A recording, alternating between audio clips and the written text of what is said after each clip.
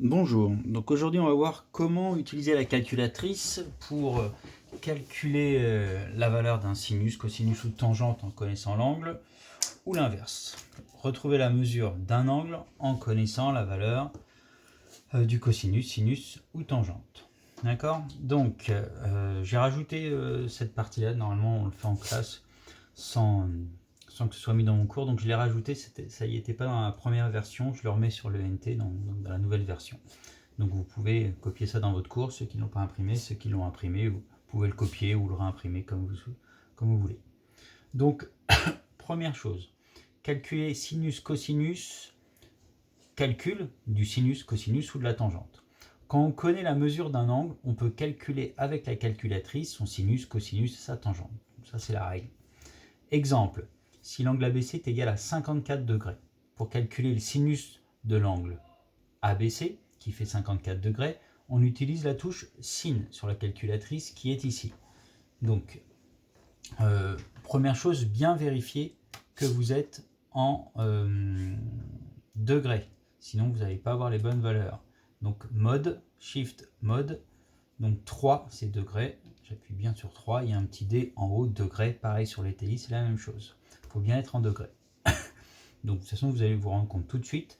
Donc on va utiliser la touche sin qui est ici, sin, et on écrit 54 degrés. On peut fermer la parenthèse ou pas, peu importe. Entrée, exécution, on trouve 0,809. Donc on avait dit juste dans la première partie du cours qu'un sinus est toujours compris entre 0 et 1, donc ça marche bien. 0,8, on arrondit au dixième. 0,8. Donc on écrit ici 0,8 pour le sinus de 54 degrés. Pour le cosinus, on va faire la même chose, la touche cos 54, et on trouve 0,58. Donc si j'arrondis on va plutôt arrondir au centième, ce sera mieux. Au centième, 59, 0,59. Et je reviens sur le sinus, sinus 54, si on arrondit au centième, 809, donc c'est plus près de 81. Hop. Et pour tangente, la touche tan, 54 degrés, donc sans la parenthèse ça marche aussi, 1,37, il y a un 6 derrière, donc on arrondit à 1,38. Donc j'ai trouvé les valeurs des sinus, cosinus, tangentes, donc on avait vu qui dépendaient des rapports des longueurs. Voilà pour les touches sin, cos, tan. Vous allez avoir un exercice à faire juste après, comme ça. C'est très simple, la calculatrice, sin, cos, tan. Les téléphones, vous ne l'avez pas sur les téléphones, ces touches-là. Si vous prenez votre téléphone en mode portrait, mais si vous tournez votre téléphone sur Android et la plupart des...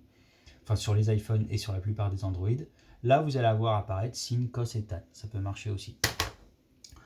Ensuite, l'inverse, cette fois j'ai la valeur du tangente, là par exemple, 1,37, et je voudrais retrouver le 54. Donc quand on connaît la valeur sinus, cosinus ou de la tangente d'un angle, on peut calculer avec la calculatrice la mesure de l'angle.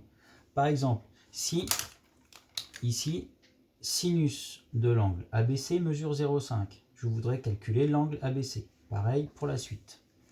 Donc là, je vais utiliser la touche toujours sin, mais celle qui est juste derrière. Donc pour la faire apparaître, j'appuie d'abord sur Shift en haut.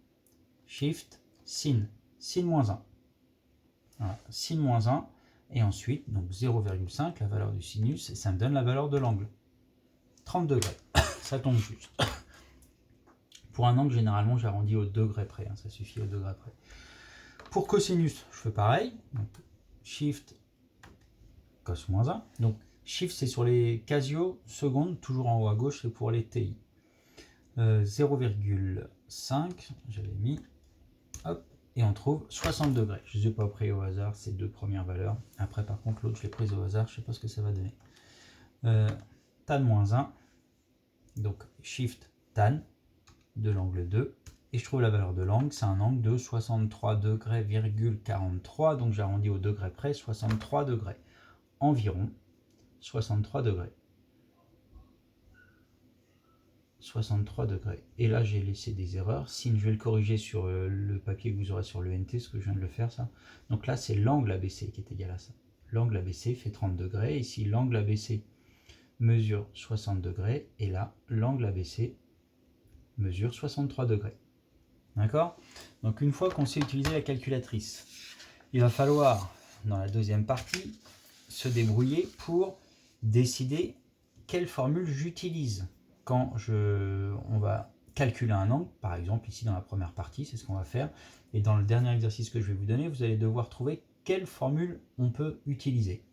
Donc pour trouver quelle formule on utilise, c'est simple, on va écrire à chaque fois SO, K, TOA. Les valeurs que l'on connaît ici dans l'exemple ou dans les exercices sont sur le schéma, vous les notez sur le schéma. AB 5, BC 2. D'accord? Donc pour savoir quelle formule je vais utiliser, il faut que je sache aussi quel angle je veux calculer. Ici, je veux calculer l'angle BAC. Cet angle-là que je cherche. D'accord? Donc première chose, on rappelle toujours que le triangle est rectangle. Comme pour Pythagore, il faut dire à chaque fois le triangle, donc ABC, pardon, ABC et rectangle en B.